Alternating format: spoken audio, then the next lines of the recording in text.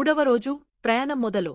Map చూపించిన ప్రదేశం గ్రామం చివర ఉన్న సముద్ర తీరమే అని ఆర్య, నేహా, చిన్ను అర్థం చేసుకున్నారు. తెల్లవారుజామునే ముగ్గురూ నిశ్శబ్దంగా అక్కడికి చేరుకున్నారు. ఆ సమయం సముద్రం చాలా ప్రశాంతంగా ఉంది. అయినా గాలిలోపల ఏదో ఉత్కంఠ దాగే ఉన్నట్టు అనిపించింది.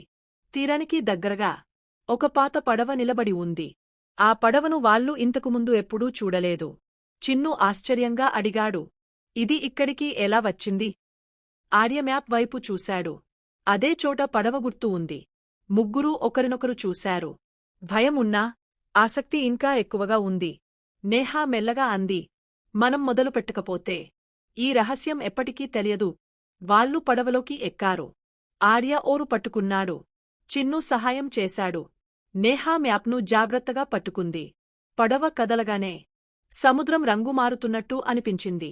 తీరం నుంచి దూరం పెరిగే కొద్దీ నీరు లోతైన నీలంగా మారింది. అంతలో ఆకాశం మేఘాలతో కప్పబడింది. గాలి వేగంగా వీచింది. పడవ ఊగింది. చిన్ను భయంగా అన్నాడు, మనం తిరిగే వెళ్దామా? ఆర్య గట్టిగా అన్నాడు, లేదు, మనం కలిసి ఉన్నాం. ఆ మాటలు చెప్పగానే మేఘాల మధ్య దూరంగా ఒక ద్వీపం కనిపించింది. అది మెల్లగా స్పష్టంగా మారుతూ వాళ్లవైపు దగ్గరగా వస్తున్నట్టే అనిపించింది. అప్పుడే మ్యాప్ మీద కొత్త మాట కనిపించింది, తిరిగే వెళ్లే దారి. ఇప్పుడు మూసుకుపోయింది.